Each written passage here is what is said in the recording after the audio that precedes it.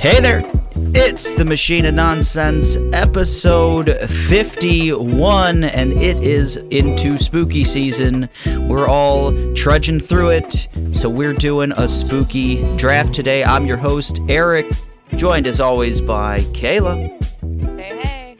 We got Mike. Hello.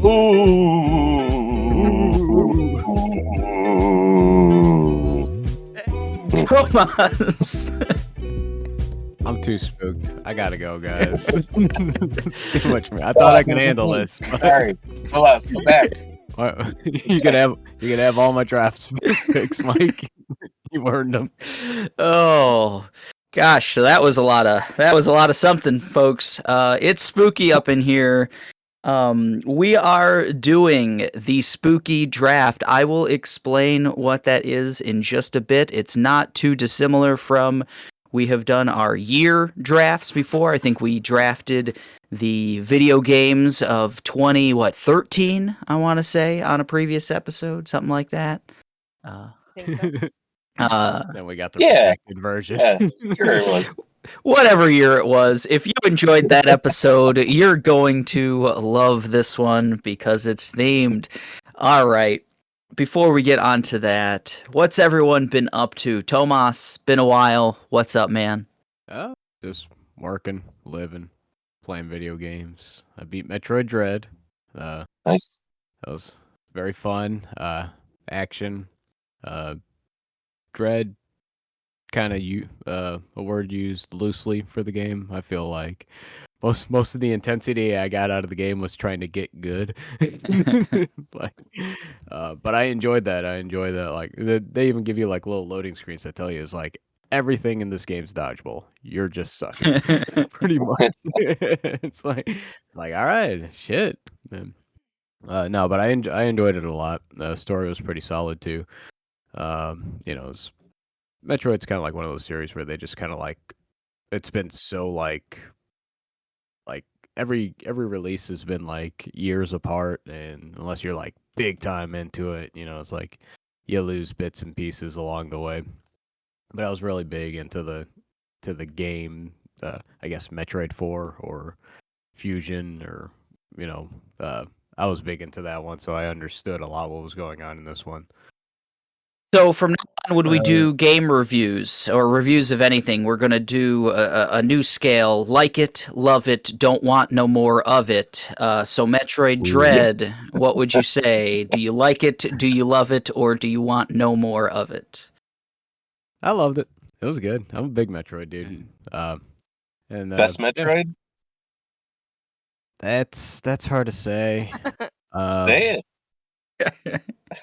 I mean, I've never really played the 3D ones, but I've heard really good things about it. But as far as best one that I've played, yeah, so it does everything that the other ones do, just better. Nice. So, Also the best Metroid I've ever played, so it's the only one. That's also the worst as well, so. Okay. Tough crowd. Other than that, just watching What We Do in the Shadows. Just watched last night's episode. Very funny. And I guess that's like the only spooky thing, quote unquote, I'm watching. The spookiest. Watched the King of the Hill episode where Dale loses his job from exterminating, and he does the turbine and the best air duct turbine. So good. I literally looked up that clip like 2 weeks ago just to get a smile. It's been so fun watching it with my girlfriend because I've never watched King of the Hill in order. It's like it's the first time I've ever done that, but like I know I can guarantee I've seen every episode at least once. So I'm like I'll get through like 2 minutes of an episode, I'm like, oh shit, it's this episode. So I'll get super excited about it. But other than that, I went back to playing ActRaiser. It's killing some time.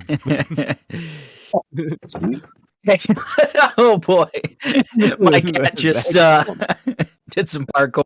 Not- That was awesome. On that segue. Kayla, there's probably going to be some parkour, just assuming here, in Squid Game. What you thinking of Squid Game? I like Squid Game. I don't know about that parkour. I don't know. 001. I don't think he would do too well on it, but I've enjoyed it. We're only like 3 episodes in. Yeah. So we finished Midnight Mass. Mm. That was interesting. And then we also finished Metroid Dread. Haven't started anything new yet on video games. Yeah, I'd say both of those are heavy in the like, not love, and not, I would have a little bit more of it, Metroid Dread or Midnight Mass, but Dread was, I don't know, that was Quick question. something. What's up? What was your item find? Oh percentage at boy, the end of the 51, something like that, I think. game? I was like 50. Yeah, mine was in the low 50s. I cleared it in like 12 hours and 40 minutes, something like that, I think. Yeah, I think it was about like 10. Yeah. So There were points in that game that I was really bad at. Like, I was just not, like, the signposting in that game just, like, didn't work for me, so I went off in the exact wrong direction, and just, like, because of how the map is set up to be kind of, like, very large and you're moving between areas and stuff, like, if you head in the wrong direction, deviate. yeah, you're gonna be there for a while, because getting back is a little bit of a trek. So there were definitely some, It's half like, the fun. yeah, I mean, it was good, like, especially once you got all your powers and everything else, and you could really, like, zip around that, place. Wow. Yeah, like that, it was cool. So once you, like, especially, I'd say like 70% into the, like, story of the game or whatever, it kind of became a little more linear for me, or at least, like, kind of, I felt like I knew the direction I was going. It really clicked. Yeah. So there were highs and lows for me on that one. Okay. That's usually how the Metroid series is. Yeah. So for people. Yeah. And Midnight Mass was really cool. So if you're looking for something spooky, Netflix, it's got a lot of it deals with a lot of, like, tropes of horror movies and stuff. There's even, like, kind of some iconic entities, let's say, that are the main, like, evil thing, but it does it pretty well.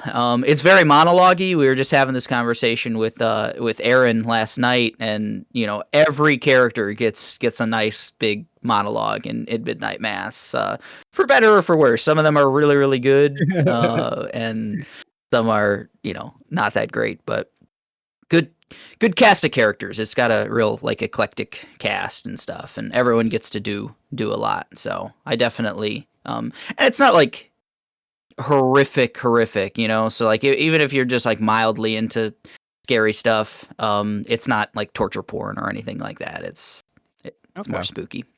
But yeah, Midnight Mass, and I liked the setting. the setting's real cool. Yeah, it's basically on, like, an island in the, I think, like, northeast. It seems like a like Maine or something, off the coast of Maine. But people are kind of, it's like 120-ish people on a town that's on an island, and they're kind of cut off and kind of set in their ways and stuff. So that's kind of the setup. And then They're weird and religious. right, No wrong. religion plays a huge part in it. Yeah, it's a big, like, and primarily, like, Catholic stuff. It's a lot of, like, Catholic stuff. Cool. So old school lightning bolts. yeah, a little bit. There's an interesting twist on, like, Catholic, like, myths and stuff like that they tie into supernatural stuff, because, like, yeah, the religion in general is kind of the supernatural, right? Like, there's a lot of those things, and they do that in a real interesting way, I think. Yeah. Watch it. Yeah. Jesus maxed out on wisdom and intelligence. Yes, there's a lot of that. Mike, have you finished the Nightmare on Elm Street saga?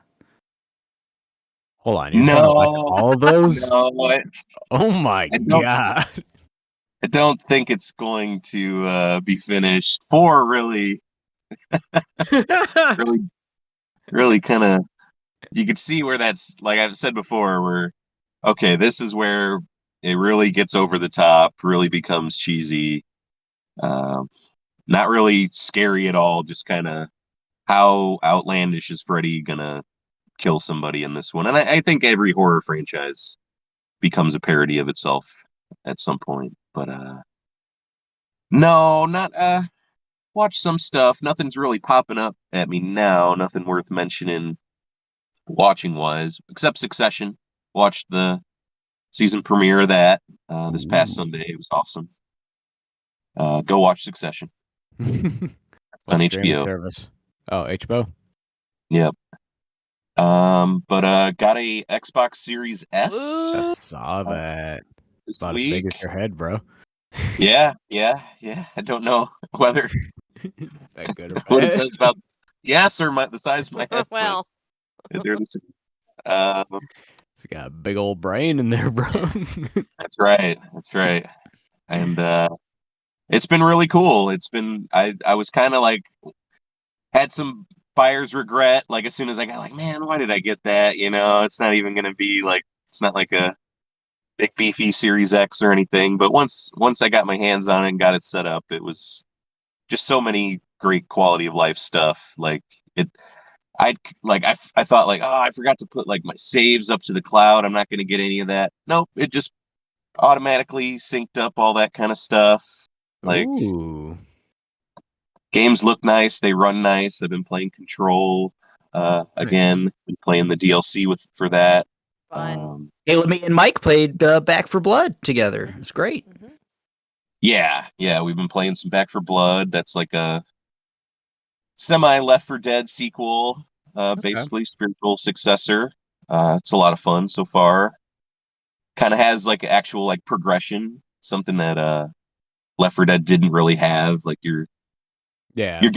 you're unlocking like this card system that will give you buffs as you Ooh. progress the acts. You get to activate a new card as you go. You're getting loot for your guns and stuff like that. So definitely adds an extra layer of depth that Left 4 Dead didn't have. But Avatar other than break. that, it's pretty much Left 4 Yeah. Dead. Like it's I mean, which isn't a bad thing. you've said nothing wrong so far. I played Left Yeah. 4 Dead 2 like God for years, man, for a hot minute. So like people still play that game. It's Like, scratching that still- itch for Oh, me. Like, Yeah, we Yeah, it's a lot of fun. finished the whole first act. Yep, we did it perfectly. No mistakes at Gonna have to watch- all. It was gonna have to flawless check out run. No one even the got stream injured. playback on that. But yeah, Control is still awesome. Back for Blood's been awesome. Nice. Play both of those. Both are on Game Pass. And yeah, that's pretty much it for me. All right, so the question, well, you guys both have the new Xbox or whatever Microsoft next gen system, Oh, yeah. correct? Yeah. Which is kind of weird for me because I've always pegged Mike as a Sony boy, or at least last gen. Sony Pony. Yeah. Sony pony. I'd own that too if I could. Like, Okay. Okay, no, I'm just wondering if it was just a sheer fact of like you could get it over which one you'd rather have. it was just like I follow a Twitter account called Wario64, and they just kind of constantly tweet out like when an Xbox is on Target or when a PlayStation's on Walmart or something like that. So they the tweet just basically said like, hey, there's still Series S's on Amazon. If Okay. you It know, was just and like it was like less than a minute ago. So I clicked the link. It was available, and I jumped on it. So okay. Yeah, and for me, like I was Sony last gen. I was Sony kind of the last 3 gens basically.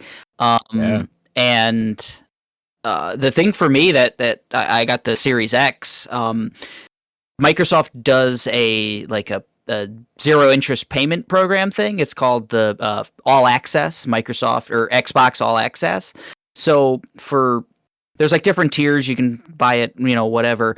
But for like $30 a month is what I pay for 2 years. Like $30 a month. You get the Series X. You get Game Pass Ultimate for 2 years. So that's PC and console. So I got Game Pass on both. And Xbox Live, like the ability to go online and stuff. And they have free games that they give and stuff with that too. They're not typically that great, but yeah, it's like $30 a month for 2 years. And then it's paid off at that point too. So like, you literally over the course of that time, as long as you don't miss a payment or whatever, you pay less than you would if you just bought those things outright, like cash in hand. It's not a ton. Like you save $22 or something over the course of 2 years, but you feel it less though. Yeah, exactly. It's like $30 come out of my account, and it would have been a lot worse to just like drop the equivalent of like $800 or something. Yeah, just like tomorrow. So that's what did it for me. And on top of that, the fact that you can't find a PlayStation 5. So I've always been a Sony person my whole life. I think I had a 360 once, played Left 4 Dead, and that kind of is it. And then it got stolen, and then I went back to Sony. Got a lot of Rock Band use out of my 360. So. Oh yeah. That bad boy was a workhorse. Yeah, I mean, like so much stuff is just running poorly on my base Xbox One that I just wanted to make the jump. It's so nice to have, like I started Sable up again on my Series S, and I heard about that. Runs so much better, looks nicer. I heard about how shittily it ran on your Xbox One. Yeah, it was lagging dragon. Yeah, and gotta get ready for Elden Ring. Gotta have something that plays that well. So that's soon. Yeah, I guess I'm just a Nintendo boy. Hey, I love my Switch. Switch, it does so much for me. Like I was cooking dinner last night, and I was playing some Switch while I was flipping some tortillas, man. Right. Hell yeah. While listening to the Rewatchables. Another plug. Oh man. Get at me. Ooh, which one? Which one was it? I was listening to the Bloodsport one. Ooh, Shea Serrano. Yeah. Nice.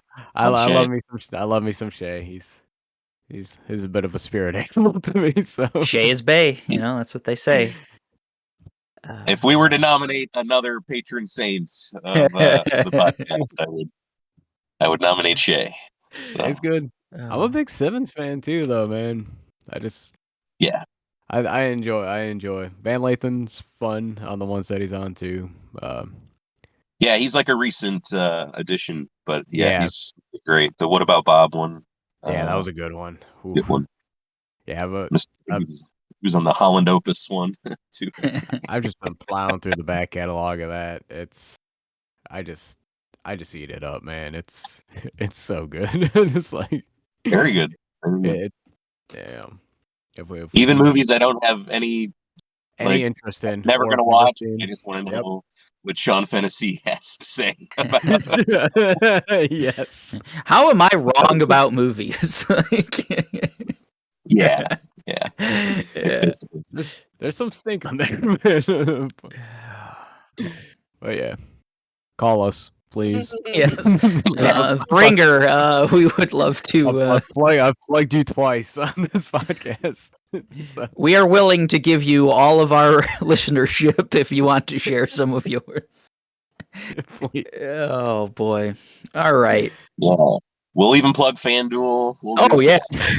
For free. Like just guys, go bet on FanDuel right now. Do it. I want some of that Pizza Hut sponsorship money. Come on. We're big in Denmark, I think. So let's do it. Yeah. I haven't checked and seen if we got any Chilean listeners yet, but we'll see. I'll check later. Spooky. So that's what we were doing. You're right. how about we go into the spooky draft? Let's do that.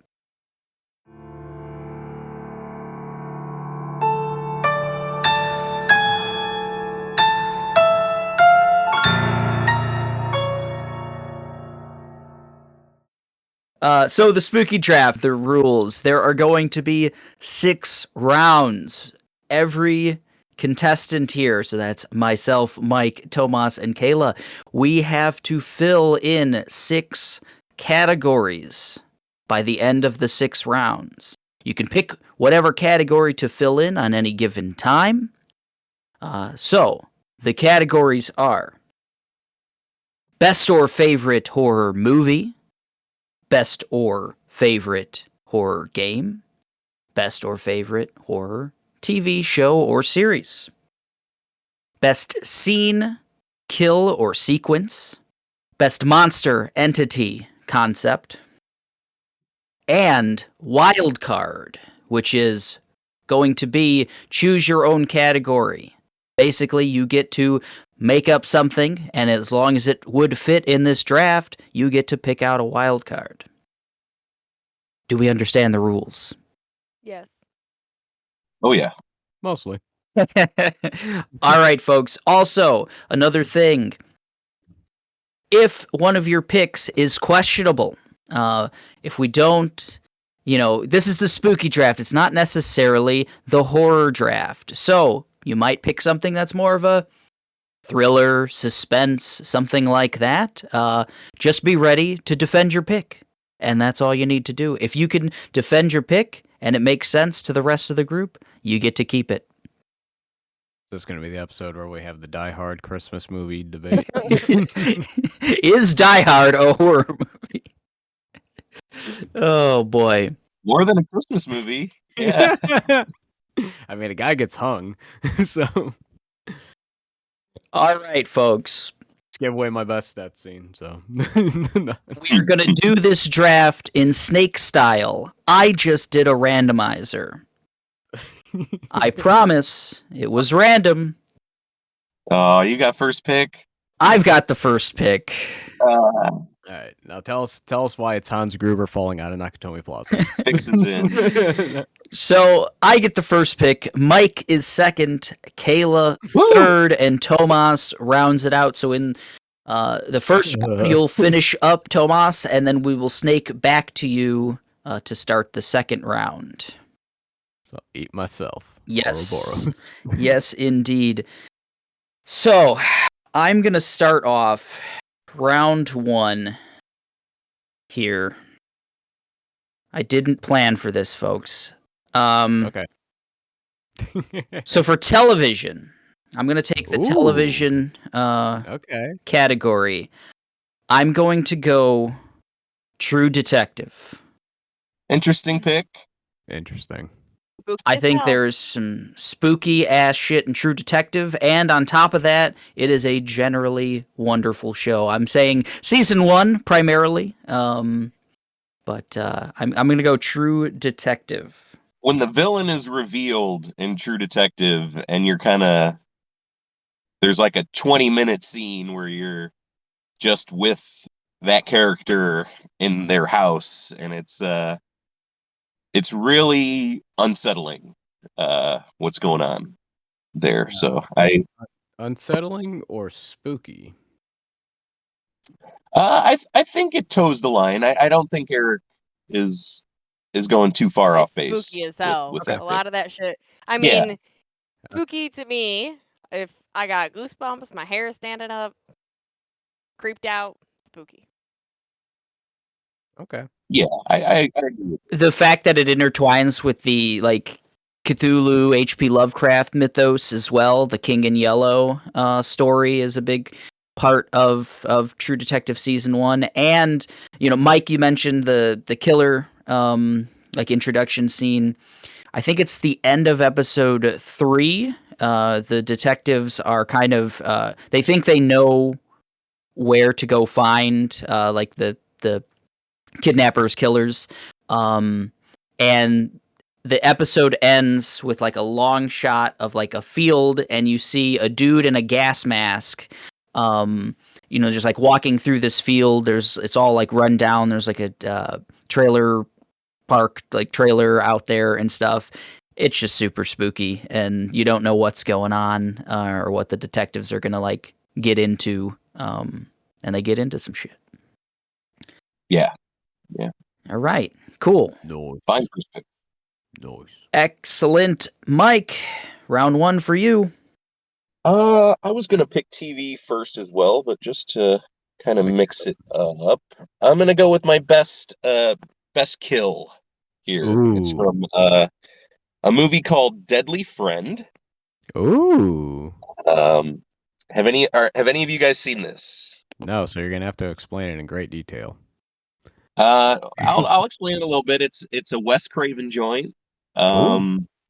Basically, a teenager moves to a new town. He's like a computer whiz kid, and he's created this robot, like a super like beyond its time kind of robot. Like it has like it can like think on its own, basically. Like it, and he befriends this young girl played by Christy Swanson as his neighbor, and she has like an abusive, drunken father. She stays out one night with the young boy too long, and the father winds up pushing her down the stairs. Oof. Oh no. And she is pronounced brain dead, and she's going to be on life support for 24 hours, and they're going to pull the plug. But the computer whiz kid can like somehow install the robot's chip into her brain, so now she is like a kind of she gains like the the strength of like a robot and everything, 5 and gorillas. like the intelligence of a robot. And she starts like killing the people that have done wrong to this group of friends and everything. Oh my god. Earlier in the movie, they get their basketball stolen by like this crotchety old woman played by Am Ramsey, who you'll know as like the lady from the Goonies, like the Yeah. So Sounds Christy like crotchety Swanson old picks lady. up this, breaks into the house to get the basketball back as a robotic killing machine, and she throws Ramsey against the wall, picks up the basketball, and whips it at her head. The head just fucking explodes like a watermelon, and the body literally walks around the living room with just blood spewing everywhere. And it's a really cool practical effect, and stuck with me as a young child watching spooky movies Nice. on TNT. That's perfect. It's a You lot of always fun. got to go with the childhood trauma ones. Yeah, that's my pick for best kill. Deadly Friend. wasn't from like Nightmare on Elm Street like 10. Freddy Goes to the Hood. I almost went with a kill from Dream Warriors, but Oh, the Dream Police. All right. That was good. Kayla, Okay. you're next. Round Gosh. 1. This was so Big tough spook. on me. I've got a terrible memory, especially with scary movies. I felt like trying to think of things that stuck with you. Like, and Mike had said that about the watermelon basketball head. Watermelon Basketball. That's the name of the episode. Put it in. They were so tough. So what do I want to do first? I will do. I'll also do the best moment because I feel like that one was kind of the hardest for me. I Big right, enough exactly. table. I am gonna use Annihilation, the bear scene, where that just was like the creepiest, unsettling, suspenseful moment, where like they're in this spooky, I don't even know what to call that area that they're in, Area X or whatever, the shimmer, yes. And this bear is all like falling apart. Its face is like half there. It's it's just Oh, no. deranged, Yeah. but it is using the voice of a character who has already died, like calling out for the people. And it's just very unsettling. Everything in the Shimmer is Yes, it is. It is. yeah. That's a good pick. That's a spooky bear, man. Like it just Spooky the bear category. the cries of everything that it's killed comes out of its own like vocal cords. It's Yeah, that's very Yeah, pretty that's just a horrifying concept. it was. Yeah. It was. So I gotta recommend the book. The Annihilation. The book is really good, and in the book, the bear and like all of the creatures basically in the Shimmer are like amalgamations of people and the animals. So like the bear is essentially turning into like the people that have gone into the Shimmer and stuff. So that's why it can kind of mimic voices and stuff like that. It is gross. Yeah, super creepy. Yeah. Whew. Got That's through awesome. it. And Tomas, you get to round out round one. What you got? Oh man, so none of y'all took anything off of mine, so I go take a crack at anything I want. But I think I'm gonna go with like that scene as well. Just get it off the thing. I don't watch a lot of spooky stuff, and when I did, it was when I was a lot younger. I don't remember a lot of things. It's not a movie that I particularly thought was great, but I thought that scene really kind of stuck out to me. The first Silent Hill movie. It's not the Ooh. skin. It's not the skin ripoff, but when they burn Sybil alive at the church, I thought that scene was very horrifying, and how they did it real slow, and they just kind of show the skin like kind of bubble up as she like pretty much just gets fried like bacon. I get the snake too, don't I? Yes, you do. Yeah, you Yeah. do. Yeah, you get to start round two. Yeah, let me recap round one. So for myself, I picked True Detective in the TV category. Kayla picked Annihilation Bear Attack for her scene or kill. Mike, for scene or kill, chose Deadly Friend, the basket kill. And But then, Tomas picked for best scene or kill Silent Hill the movie, the burning scene, Sybil burning.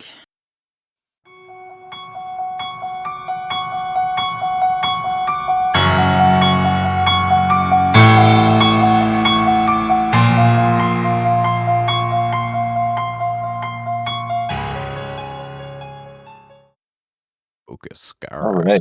Start up Alright, round what- two, Tomas. I know. Oh, I got so many things. I don't know what to choose. Let's see. You know what? I'm gonna go with my favorite monster. Favorite spooky monster. I'm gonna go with Big Bad Drac. That's my Oh, dude. Yeah. I'm a huge Oh, Castlevania okay. guy. Yeah. He's Classic. he's been in all kinds of forms of media. I'm currently watching a show that is about vampires. I love Castlevania. Castlevania is always like just kind of at the forefront of like some part of my life. So yeah, I'm going with the Drac. And I really liked. I wish they would have had more in the Castlevania anime, more Drac, but I really did like how they depicted him. I was going to ask, early was on. that your kind of favorite depiction of Dracula?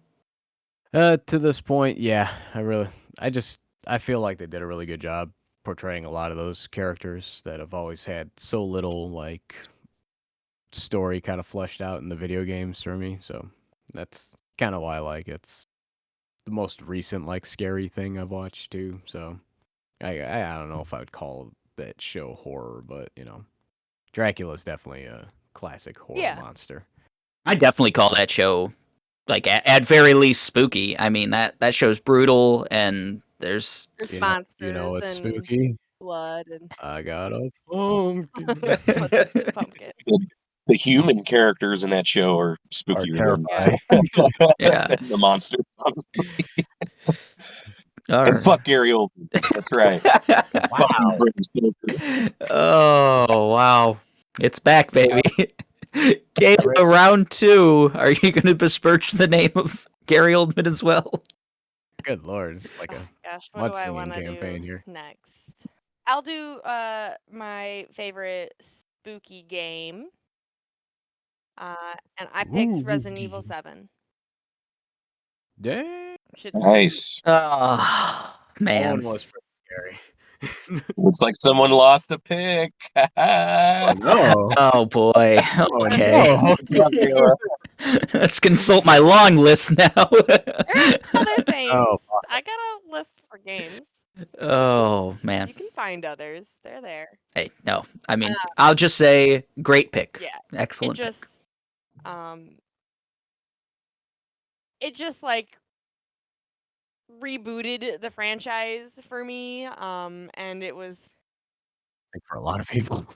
yeah, and it was just so different, but the same and connected and creepy. And I'm not gonna say another franchise that it makes me think of because it might come up later, but it just gives you those creepy hillbilly swamp Vibes. people Swamps. vibes. Yeah. It's like, no thanks. You guys Yeah, play that with one comes out VR? of the gate being real creepy. Mhm.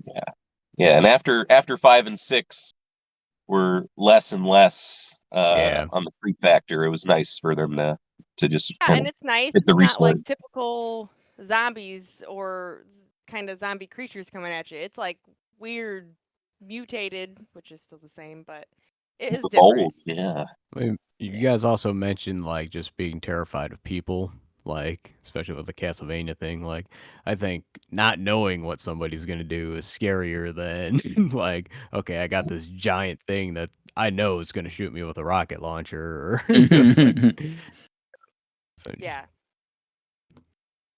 human element is terrifying. Mike, round 2. I'm gonna go game as well. I'm gonna stay in the franchise with Kayla. I'm gonna go Resident Evil 4. Oh, that's an action Gonna- game. I'm gonna argue that. No, I'm kidding. no, man. There's like when you hear just like those villagers just whispering shit, and yes, they're just right. They're Ahí speaking Spanish está. or whatever, like. Mátalo. I think the regenerator creature is like the Oh scariest thing in shit! Resident Evil. It's Forgot about just like that guy. this constantly like shaking, jittery, kind of just silhouette. It doesn't have any kind of facial features or anything, and it's really tall, and it's just shambling towards you. The one And you you have fight in to that kill freezer these. room. You know you're gonna You fight have it to. because he's right the fuck there. Yeah. They do a good job of foreshadowing this thing that you will eventually have to fight, and They tell you about it in the notes. like it does like it'll show you like here is this Wolverine clawed weird thing, and you're gonna release him because you have to get to the lever that's next to him, and you have to fight this guy, and Yep. it's still not any less scary knowing. No, yeah, I get you. Good sell because got it. I'll never forget the first time I played that game, and I think like the first time I played RE4 probably took me over 20 hours, which was an ungodly amount of time, but I was just tiptoeing through every inch of that fucking place. Yeah, Good I think the game does an expert job of pacing and suspense mixed with just the normal horror stuff too. Yeah. When you're in a gunfight and axes are just flying at you, and you're trying to dip and dive and kick your way out of there. It's the Leon it's one-liners. Yeah, and it has that kind of 80s horror cheese to it too. That's with what I was the saying. dialogue. It's like It just works really well. That's my pick. it's a good pick. I almost put that down. RE4, fantastic game. Not as good as RE7, but whatever. Oh, get that fuck out of here. All right. How many systems was that released on? Not 8,000. I can tell you that much. All right, so I'll hold off on game. Don't want to continue the Resident Evil show. I'm gonna go monster, my favorite monster, and I'm gonna go Xenomorph, baby. Oh yeah, there it is. Xenomorph from the Aliens franchise. I thought of stealing that one from you, Oh, but It's like I was like, there's a lot of Eric things that I can like shoehorn in. They're pretty easy to steal. Yeah, I mean, just the cool variation between the Xenomorphs too. Whether we're talking in the movies or any of the like just offshoots or like the action figures or anything like that, there have been some just wild and wacky different ways that they've kind of changed and messed with that just general form factor of the alien. And just the base one from the original movie is terrifying by itself. You know, they did a lot with a little. They didn't show it much, but you kind of got the scale of its size and its features and everything. And then just expanding upon that in like the second movie, just okay, here's 20 of them now, and they're all fully realized. They're crawling on walls and in vents and everything else. Here's everything they can do. And then like, oh wait, there's a boss. There's a boss version as well. There's the queen, and she's gigantic and everything. So yeah, definitely my favorite monster. The Xenomorph from Aliens. Metroid takes a lot of inspiration from that. Oh yeah, I felt it playing Metroid Dread. I definitely saw the parallels there. Just the idea of this monster is going to basically rape you and impregnate you. Not a good look, bro. Cancel that Xenomorph. The face hugger. I kind of think they go hand in hand. Like it's very, very creepy. Very creepy monster. Oh yeah. Yeah. Super. I mean, it's one stage of its life, so I mean, same thing. Yeah.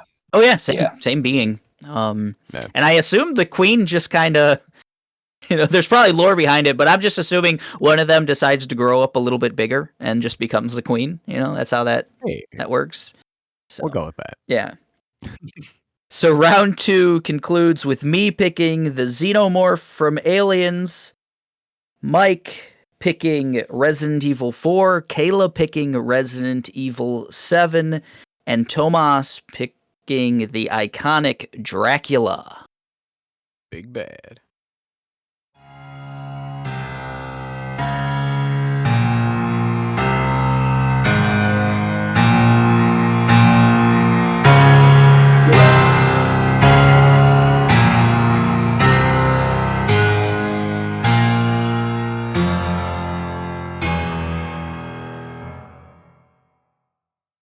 Eric, now you gotta pick Resident Evil 6. I'll pick 5. No, I'm gonna take game. I'm just gonna do it. I had a good long list. I'm gonna take The Evil Within. Ooh. Really dig that game. I think that the beginning of that game is very much trying to, I think, ape like the RE4, like the beginning of RE4. You wind up in a village surrounded by kookies and stuff like that. And there's even a large monster that you can see that I'm gonna have to mess with this thing. It's all chained up and everything. I'm gonna have to, before I get out of here, I'm gonna mess with this thing. And the spoilers, you do. And then the game goes into some wacky places. It's kind of like it's got like a Matrix-esque like plot line that it gets into. And it's all about psychological horror and everything else. And I just think like when that game came out, I think that's a 2014 game. It looked really good. It took that like over the shoulder third person thing that Resident Evil had kind of done really well in 4 and 5, and just kind of took it to the next gen at that time. and looked real good, sounded really good. I think like the design of all the areas and everything was really good, and it did the survival horror thing too. Like resource management was important and everything else. It wasn't as much of an action game as like an RE4 or whatever. So for me personally, that's what I was kind of looking for. So my favorite game. Oh, favorite game of all time. Horror, The Evil Within. Didn't think you'd pick that. Didn't. I thought Thought you'd you go would somewhere have else. Thought you would have went somewhere else too. There was there was one that I think there was like a slightly funny pick I was gonna potentially go with. But no, The Evil Within. Mike, you're Hold on. next for round 3. Everybody picked the game. Everybody's picked the game. No, you have not, Tomas. No, I was just gonna say I wasn't gonna say another game if somebody hadn't already picked one, but I thought you were gonna pick the first BioShock. Oh, nice. Yeah, That's a good one. That I should have. I was gonna actually On my do short PT because you were experience. I was very afraid. There might be a tape somewhere that I was very afraid of PT. There should be a tape. Yeah. Round 3, All right, Mike. What's up? I'm gonna go TV show. I had to kind of I couldn't really pick anything off the top of my head when making my list of picks. So I kind of did some research and I was like, oh man, yeah, there's a bunch of stuff from when I was younger that qualifies, and I'm gonna go with Tales from the Crypt. Oh, nice. Would watch this I think every Saturday night on Fox. Mm-hmm. Love the Going through his opening. The house. opening as it trails through, the gate and through the haunted mansion, down the corridors into the creepy basement, and just love that opening. Love seeing the Crypt Keeper. Yeah. And man, they would get some big names on. There's a Bill Paxton episode on there. Remember, there's a weird episode with country star Travis Tritt Ooh. on there. Slightly bigger budget than Svengoolie. Yeah, oh yeah, and just a cool anthology series that I just loved growing up. I couldn't watch it. I literally used to watch because that was on Fox, right? I believe so. Yeah. And I used to watch a lot of like Simpsons and X-Files were like always on Fox, and then if it was Saturday or whatever, that would come on. That intro, man, I couldn't it creeped me the hell out, and I just I maybe watched parts of some episodes or something, but I was like, man, if this is what I'm in for, nope, can't do it. Yeah. Kayla, round 3. Oh. On to me. I'm gonna go movie, and I picked Split. That's the M. Night Shyamalan, right?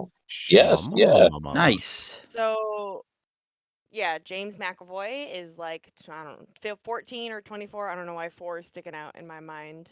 But I think it's like 14 different personalities that he has, and they just like totally take over. They've like, his core personality is like kicked out. He hasn't been out for years. Oh, wow. And he's got all these other. You've never seen it, Tomas? No. Oh my god, it is. It is just it's not like your traditional horror, obviously. Yeah. But it's just a Shyamalan. very like suspenseful thriller, uncomfortable. I won't spoil too much, I guess, since you haven't seen it. Yeah. It's very interesting, and James McAvoy, credit to his acting, he does a fantastic job. And Split's my movie. He kidnaps women, right? Yeah. He does. Yeah. He does. Because he needs to feed the beast. Ooh. I've heard about the beast. Heard it's spooky. Oh, you haven't seen it either, Mike? I haven't. Oh, check it out. I think it's real good, and yeah, the beast is real creepy because like with a lot of Shyamalan movies, it kind of jumps between like realism and like kind of, oh, is this supernatural kind of stuff? And it leaves a lot of questions unanswered in that sense. Like, how is he able to kind of do some of the things he does and whatnot? But yeah, it's good Shyamalan if you're into that kind of thing. It is. And there are a lot of Shyamalans I do not like. Oh, yeah. So Well, I, that's I the main reason I haven't seen it. Kind of. yeah, and like I already gave credit to the acting for it. That's kind of how I, when we're picking movies, Yeah. I didn't watch a lot of scary movies, and a lot of them we've already talked about are kind of parodies of themselves. Yeah. So this one is like just a good acting, a good theory and scenes, and creepy as hell. Different. Yes. Good pick. Shoulda, woulda, Oscar for it. I don't think he did. Nah. Well, it's a horror film, so. Right. All right, Tomas, round out round 3. All right, I'll go with movie. I put down the first Terminator. Okay. Oh, okay.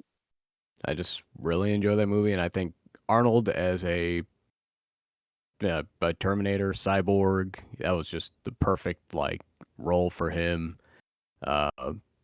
Just and I always kind of piggyback it to like it's like to me it was I love everything about like the first 2 movies, but like that universe and how like the whole like the circle connects. Kyle Reese goes back for to save Sarah Connor, but he also creates John Connor in the process. Yeah, I love how it just all, makes perfect sense. They just like really and tie then, it together well. And then how like the Terminator gets crushed, and his parts are what are used to pretty much create Skynet, reverse engineered. I love all that stuff about it, but like just the sheer fact, like it is literally just this slow, like moving death machine, like moving at all times. Just like the fact that like Sarah Connor is like constantly on the run that whole entire movie, and it's just this unstoppable force. It's coming. There's nothing you can do about it, and he's just brooding, and he's just coming at you. I remember watching it. I probably watched that movie when I was too young, but I just remember that shit like horrifying me. That's what happens when you have a brother who's like 6 years older than you. You probably watch stuff that you shouldn't at certain ages. Just like the eye surgery scene where he's like fiddling with his eye. That scene is to me. I mean, when I was a kid, that was probably horrifying, but like to me now, like the practical effects in that scene are just so fucking cool, and I love it. I love that era of like when they had to like put that little extra effort. I mentioned I've been watching or listening to too much rewatchables lately. And, they're talking about Terminator 2 also, where they built a mini set for that nuclear explosion. It was like shit like that just fascinates me, but yeah, it's like I still go back and I watch Terminator probably like once a year, and it holds up. It's a solid movie. It's got Eric's favorite actor of all time in it. The Dr. Robotnik's Mean Bean Machine. Oh, I thought you were going to say Bill Paxton. I was going to say, man, we've had now 3 references to Bill Paxton, or at least like movies. He's Tales from the Crypt, Aliens, Terminator. Man, he's been killed by a predator, a xenomorph, and a Terminator. That was kind of how I picked my movie too. Like, do I want to watch this movie again? Yep. Like, Halloween, for example, is not like movies that I watch. No, yeah, they just weren't my jam. But yeah, Right. Terminator's just fucking cool. Right, I'd watch it. Yeah. Round 3 is ended. Tomas picked Terminator for his movie. I picked The Evil Within for my video game. Tomas picked Split for her movie, and Mike picked Tales from the Crypt for his TV show. Tomas picked Split for her movie. Okay, and Kayla picked Split for her movie. Okay, I have the dyslexic slip every once in a while. Oh, that's good. That's good stuff. That'll be fun to edit. There you go.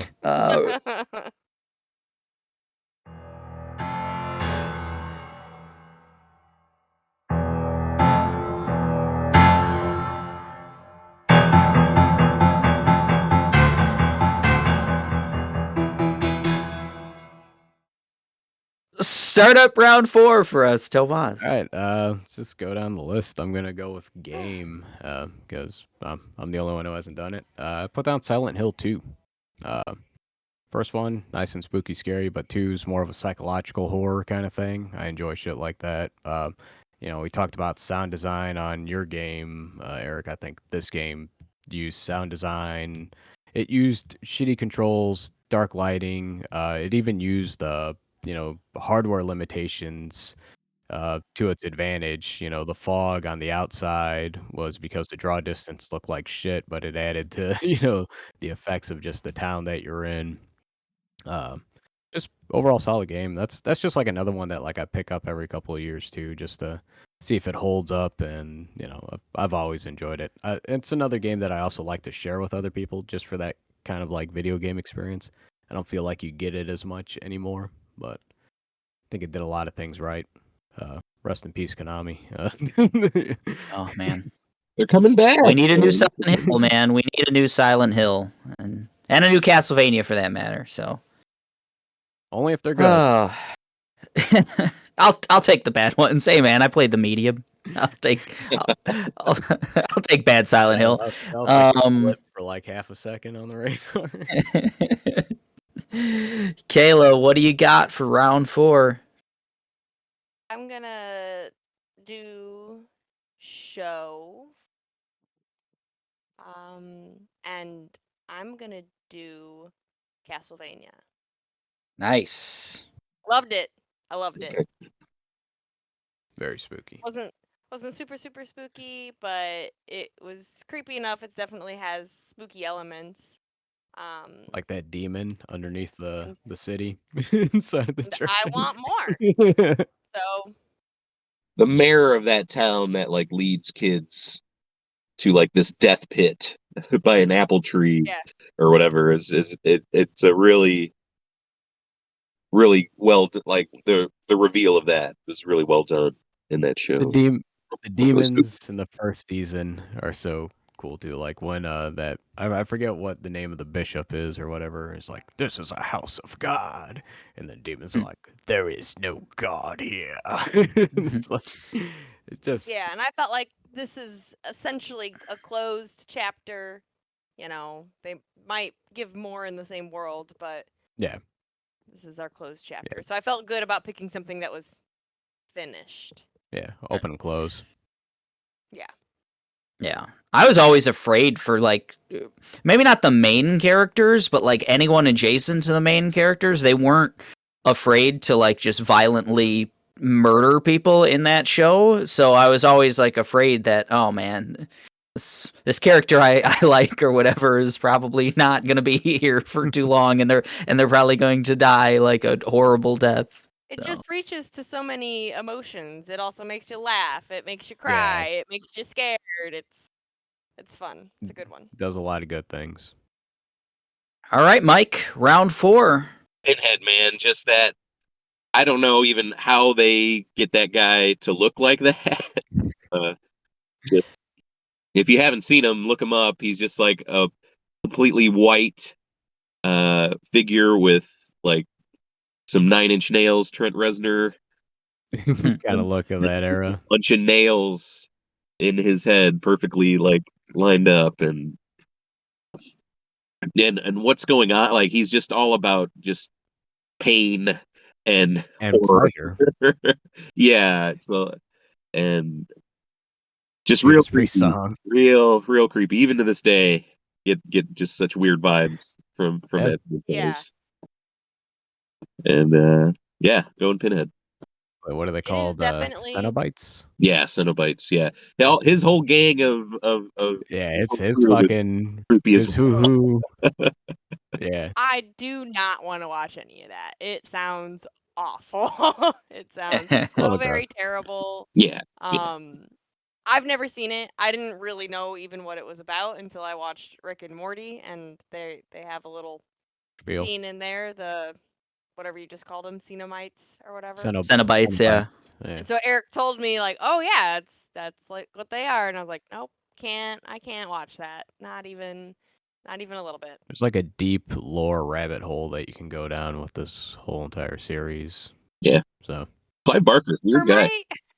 my a little sidetrack here. For my scene, I almost picked a non-horror movie scene that's just as like a bloody scene. I decided you guys probably wouldn't go for it, but that just I think that's what the Hellraiser stuff is all about, just ripping skin off people. It's Body gross. horror. Yeah, Oh, yeah. definitely. yeah, which is gross. It's very close to home. I like my skin. Yes, I do too.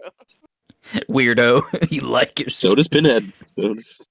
Hey, he That's so loves my gross. skin. All Eric? right. Yeah. I'm gonna break open the wild card. Ooh. Nice. And for Wildcard, what I want to do is the concept of found footage. Like, Oh, I just shit. really dig found footage as a horror concept, as a cliche. There's a lot of bad ones. There's a lot of real bad ones. Clear winner here. But I think just like the first Paranormal Activity, or like the Blair Witch Project, the first one, and just like when you can blur the lines of like what's real, like what's actually happening to people, if you can do that in a interesting way, it just works so well for me. So I just think like found footage as a concept in horror stuff is really good. I usually will like at least give it a chance if someone says like, yeah, this is like a found footage, but they do an interesting way, like it's all shot on an iPhone or something, and it's all just one person. Like, okay, cool, I'm gonna give that a shot. That kind of thing. Good choice. M. Night Shyamalan's The Visit is a good found footage. I thought you were gonna go like the morbid route, Cannibal Holocaust. Did you say a movie? No, just the concept of found footage as like a horror concept for Wildcard is what I'm You're not gonna breaking pick open. a movie from that category? No, because It's Wildcard. there are better movies. Like I am definitely been more afraid or enjoyed movies that aren't found footage more. But I think like the entire depth of like the concept of found footage, or even just it's more exciting than monster movie. It's more exciting than slasher movie. It's more exciting than paranormal, just supernatural stuff to me. Even if the individual movies themselves are hit or miss. Nice. So, round 4 concludes with me picking found footage for my wild card. Well, Kayla picking Castlevania for TV. Mike picking Pinhead for his monster. And Tomas picking Silent Hill 2 for his game. yeet.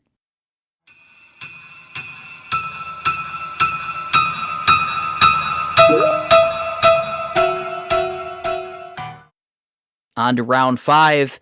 I'm going to go in the movie category. Let's consult my lists. You guys have been stealing some things. Danced around yours.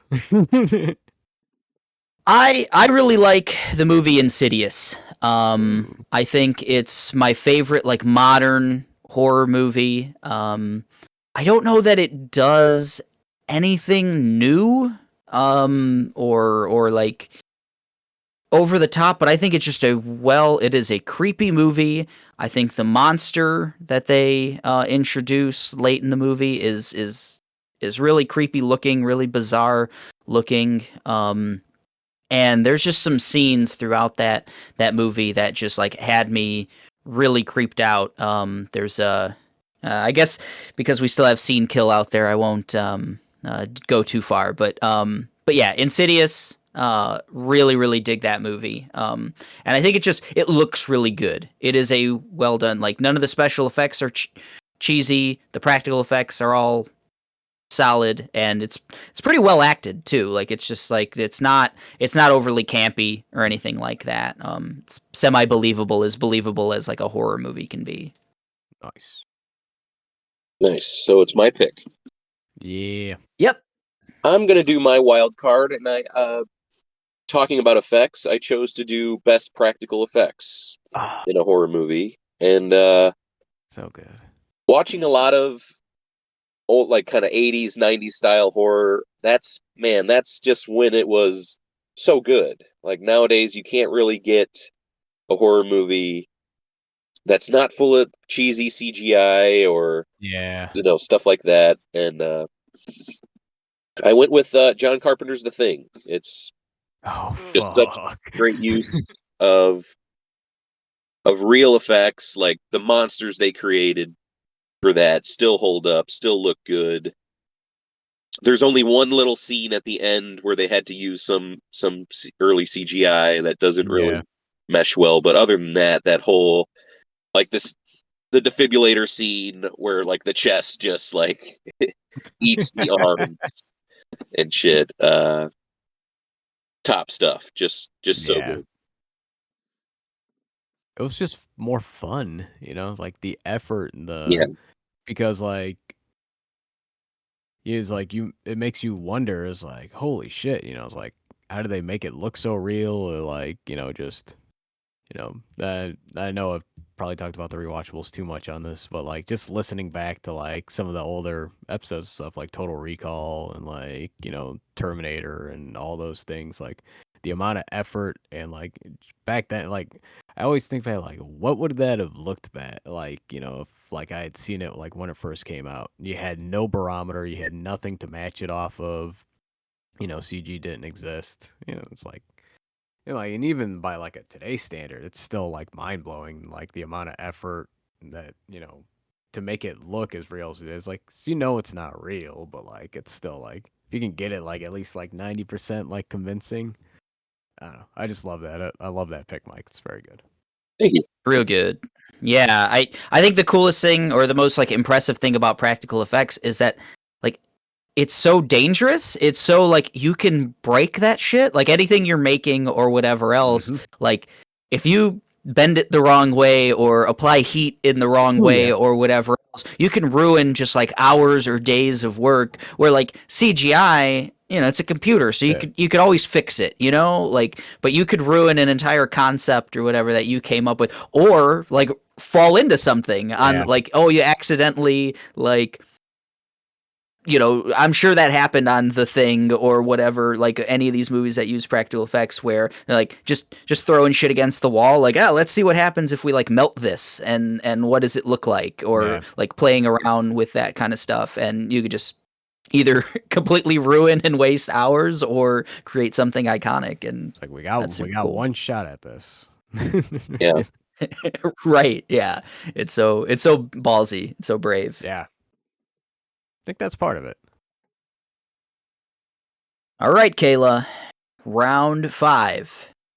I will Rounders. also do my wild card. And mine was witch movies. They're great. Ooh. Burner. And I picked practical magic. Ooh. Fun. It's not exactly your spooky. It's witches, okay? Considered. Practical magic, baby. Practical magic is just beautiful. Makes me want margaritas. Makes me want it's just, I love it. I love that movie so much. I want to watch it every spooky season. Along with, there's lots of things that can fall into that category, which are really good spooky season movies. Yeah. A little bit more lighthearted but I too. picked practical magic. Nice. Hey, I dig it. Witchcraft is scary. I mean, like, it's spooky, just in it's unknowing. You Right. don't know what's going to happen. That's awesome. Tomas, Okay. finish out. I guess I'll go wild card. So everybody pick that this so what? Follower. Yeah, let's go with the self-aware horror films. The Ooh. rebirth. Movies like Scream. Yeah. That's where it's like they realized that like horror was literally just going off the deep end at this point. You got your Freddy's in the hood, and Jason in the city, Predator in the city. It's like nothing was like, it was all really campy at that point, and movie where it just like took shots at it, and it also like made a the first one at least was fairly solid horror film, and it did well too. So yeah. Yeah, it was like it also didn't take itself seriously when you got somebody dying and a car garage door going up because it's like, but like and the killer's just literally just being sociopaths. It was just because they're like, yeah, we just felt like doing it. It's like to me, that's, at the time it was it had never been done. And you also had like cell phones. It's like, what's that, bro? It's a game changer. But yeah, self-aware horror movies. Not so much. Mostly just because I think Scream did a really good job at that. Great pick. Love it. Oh yeah. All right, let's recap round 5. Tomas went wild card with self-aware horror like Scream. Mike also went wild card. He picked best practical effects, The Thing.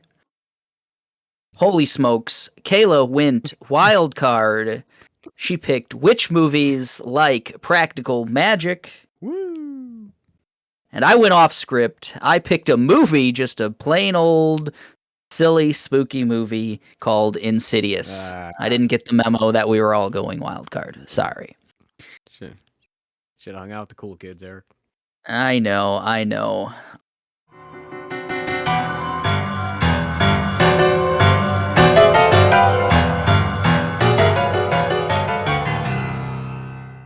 All right, let's get to the final round, round 6. Tomas. All right, I guess I'll close off. The only thing I have left is show. And I don't really watch spooky shows. And any like I guess spooky-esque kind of show that I did watch kind of overstayed its welcome, so I don't really enjoy it on the overall. And Kayla already picked Castlevania, so I'm gonna pick Are You Afraid of the Dark? Yeah. Nice. Oh, yeah. Nice. Classic. I think it was better than Goosebumps. Yes. Goosebumps was a little bit more campy. And I remember like some of the earlier episodes, like as I did watch this as a kid, like some episodes did genuinely scare me at a kid level. So like the shit with the clown smoking the cigar, going through the door, the giant pinball chasing you, going down the escalator, shit like that. But yeah, it was like I don't know if it's a cop out, but I did enjoy the show Not at as a all. kid. No. And I don't really watch spooky shows all that often. I don't know. I feel like there was a time where like that's all you could watch. It was a little oversaturated.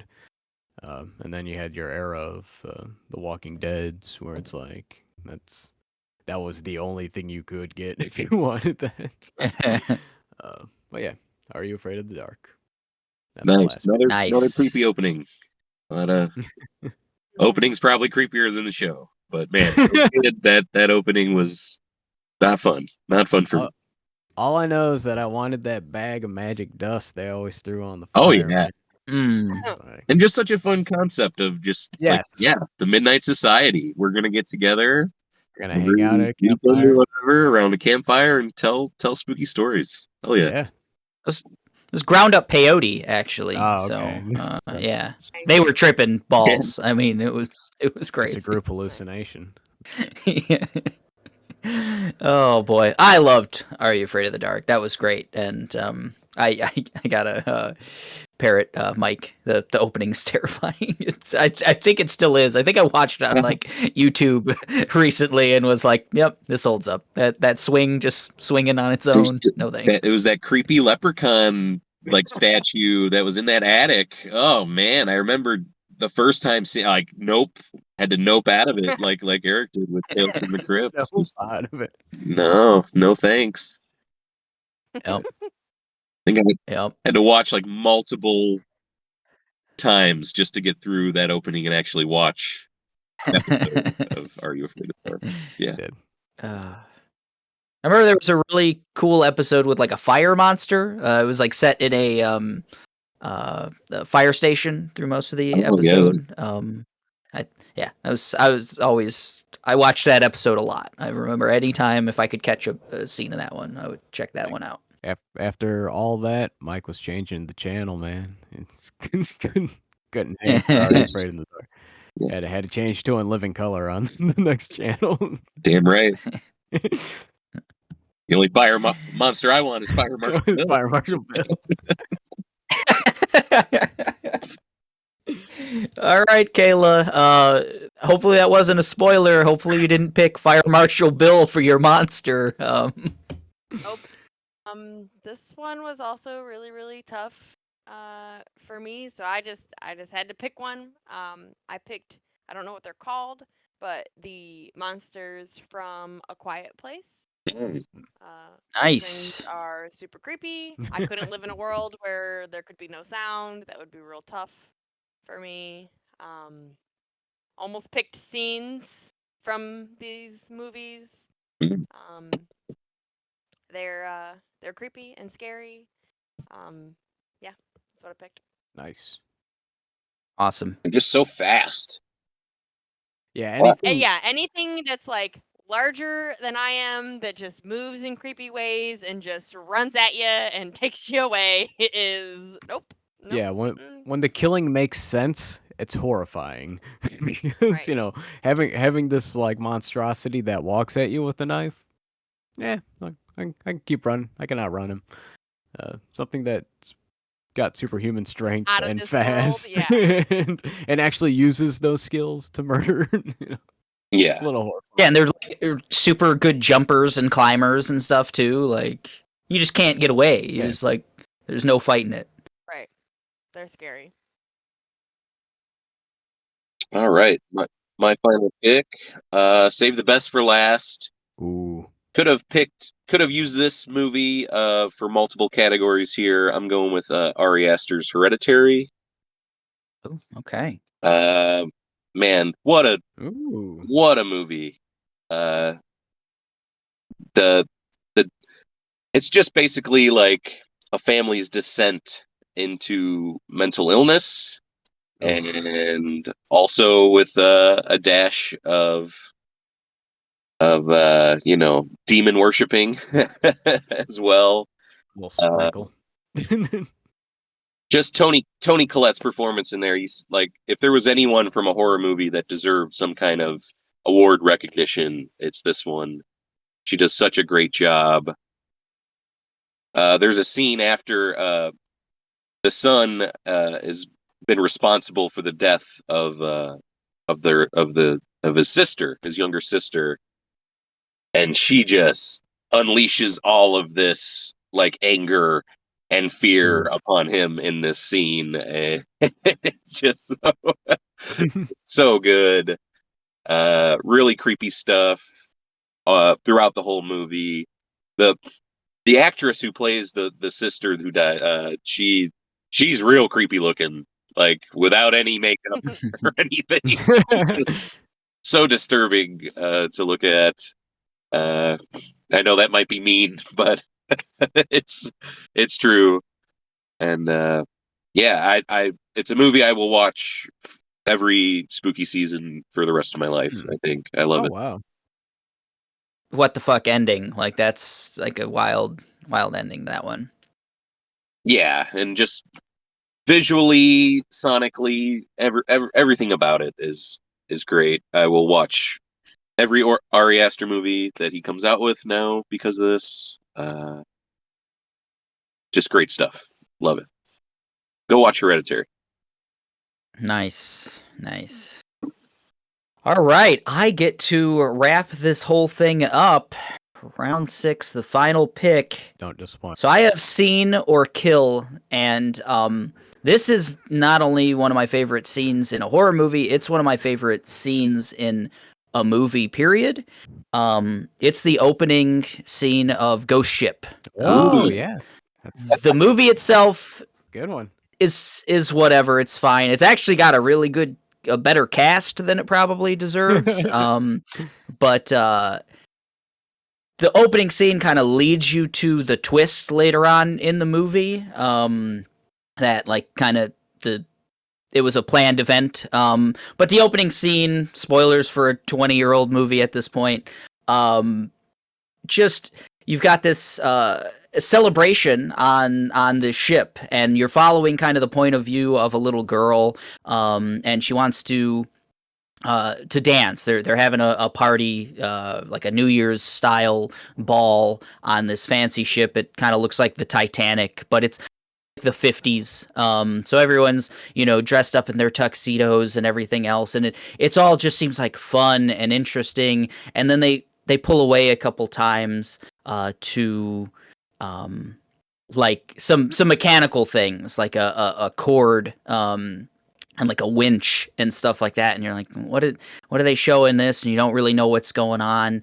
And the little girl, gets to dance with the captain of the ship. He looks like the captain from the Titanic and stuff, got a nice beard. And it's like this weird opening because there's this tension that you're building for yourself that like, well, I'm here to see Ghost Ship, this is supposed to be scary and everything else. What bad is going to happen? Because this is real nice that's being shown. And you just see this like cable break, and kind of it just like floats through the air, but you don't really see what happens. There's just like some good sound design of like bodily damage. You can like kind of man, that hit something or somebody, but I don't know like what happened. And the music stops, and everyone's confused. The little girl is like just looking around, and the cable has like basically cut the crowd in half. And everyone is just falling apart. There's just body parts and blood and guts and everything else. And like the final scene is she looks up and like the captain's like head slides off, like in half. Like it's like the top and the bottom of his head are no longer connected. Kind of went down at an angle, hit everybody. Yeah. You just like end on the kid's scream, and that just.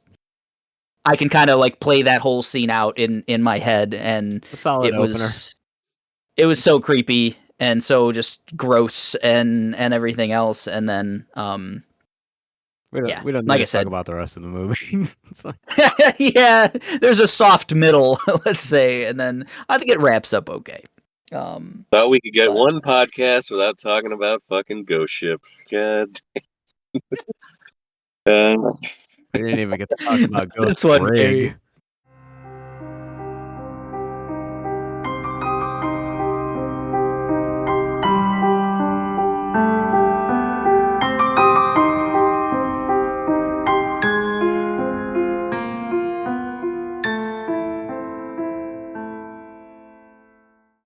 So before we wrap up episode 51, let's go down everyone's draft picks. For movie, myself, I went with Insidious. For game, I went with The Evil Within.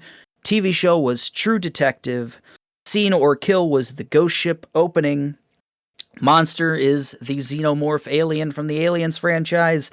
And for Wildcard, I picked found footage movies like Paranormal Activity and The Blair Witch Project.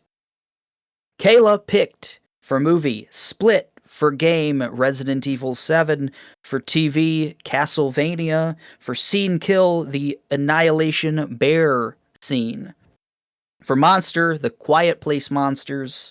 And for wildcard, witch movies like Practical Magic. Terrifying. Mike, for movie, picked Hereditary. For game, Resident Evil 4. Who would have guessed? TV, Tales from the Crypt. Scene kill, Deadly Friend, The Basket Kill.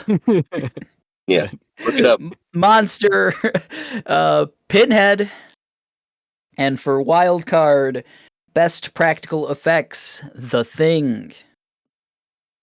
Tomas, he picked Terminator The Terminator for movie. For game, Silent Hill 2. For TV, Are You Afraid of the Dark? For scene or kill, Silent Hill, the movie, Sybil's Burden. For monster, Dracula. and for Wildcard, self-aware horror like Scream. That was a fun draft, guys. Yeah. It was. Hell yeah. Anything Really we enjoyed the left wild out? card. Anything we want to give a little Did shout all out? of us- Did all of us have Bill Paxton on our list somewhere? No. I think I got Bill Paxton. I don't think he's in practice. I was hoping Kayla was going to pick Nightcrawler for best, Nah. best movie. Ooh. Bad guy. Jared Leto. I wanted either for Monster or for Wildcard. I thought of Fate as the concept of like in Final Destination. Like I think that's a really cool concept of like fate being like just it's gonna happen. Yeah. Loop and, Like the and Terminator. Dead Day and stuff like that. Yeah, in the same way, but just like disembodied, like just the concept is what's killing you. That's real cool. Yeah, that's fun. It's kind of like that.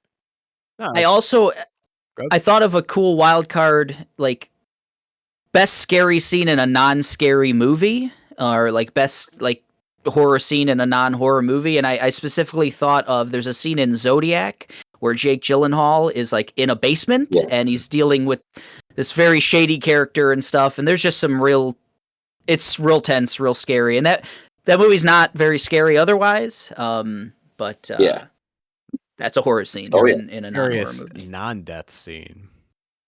Anton Chigurh in the shop, in the gas station. Yeah. Flipping the coin. Yeah.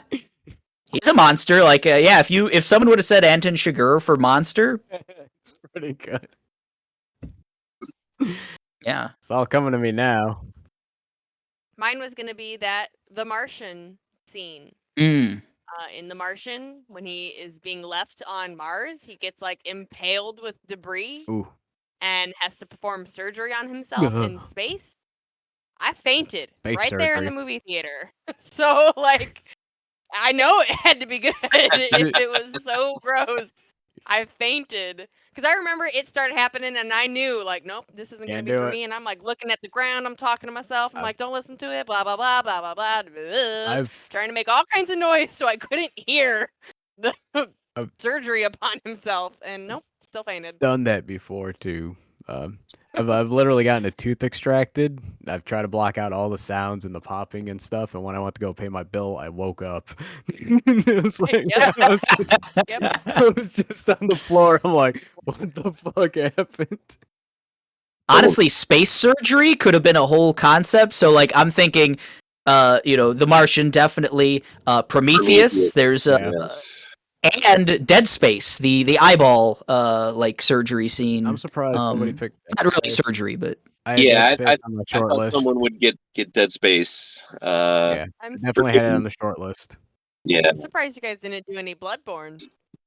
Yeah, Bloodborne for sure would have been a great pick. Game's more frustrating than it is scary. I thought about trying to use one of their monsters because their monsters are just like. Disgusting. They're pretty gross. Creepy. Oh, the Bloodstar Beast is just this sweaty meat flaps all over the place. Yeah, very very gross game. sounds and stuff. A lot of wet gushy sounds. In the game.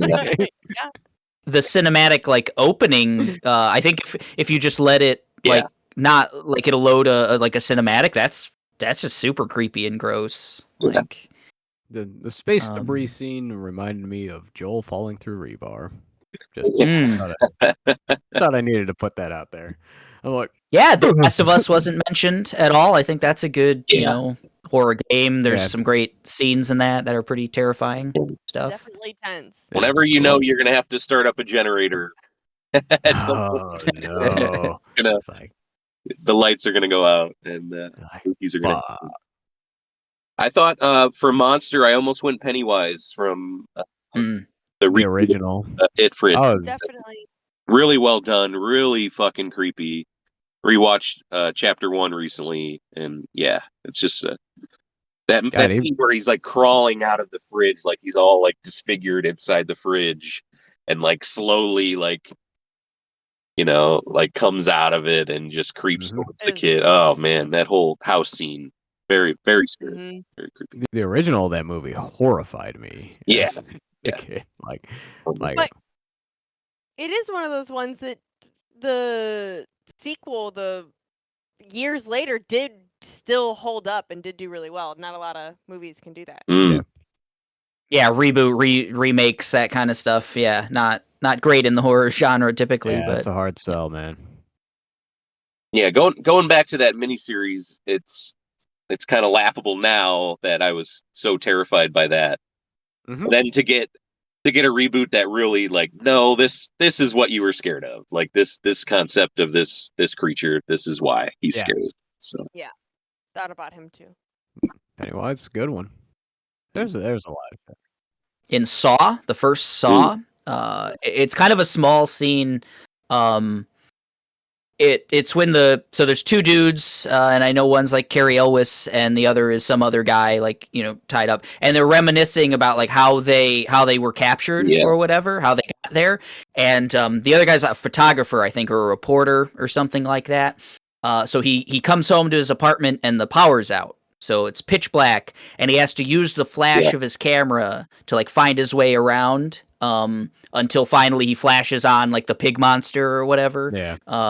And that's just so tense and scary. Yeah. I think like video games or whatever I would play a video game like that where you're in pitch black and, you know, had to use like a camera flash to find your way or something like that. Yeah, that would be awesome.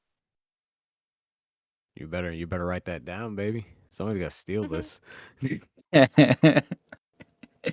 Yeah, The Ringer is gonna make the video game after Oh, good stuff. Anything else? Any other honorable mentions? One last one for me. I almost picked this for best kill. Ooh. It's more for the comedy factor. There's a scene in Nightmare on Elm Street 3. There's a character where she wants to be an actress. She's that's her dream, you know, but she's in this like mental facility, and she's constantly burning herself with her cigarettes to stay up. Like she gives herself a little burn, and she nods off watching TV in the TV room, and it starts fizzling out, and she gets up to kind of slap the TV, and Freddy, his arms pop out of the TV and his head pops out. He's got bunny ear antennas on, and it looks really silly, and it is silly. And he grabs her and lifts her up, and he just goes, "Welcome to prime time, bitch," and slams her head into the fucking TV. Pretty good. It's just great. I almost made my wild card like slapstick, like horror. So I was thinking the Evil Dead series, like Dead Alive by Peter Jackson, shit like that, and what the '80s horror became. Pretty much. Yeah. Yep. Army of Darkness is a lot of fun. I really like that movie. It's not scary by any stretch of the imagination, but it's a fun movie. Oh yeah, it's good. That they recreated that TV scene at what's the pop-up bar we went to, Kayla? Replay, at Replay in Chicago. They recreated that. They recreated a bunch of cool like Nightmare on Elm Street things there. Fun. Yeah.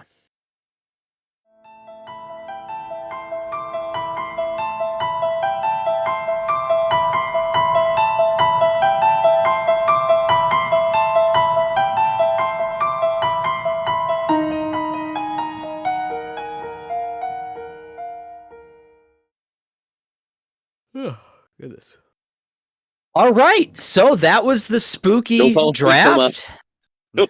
Get a cigarette, put yourself.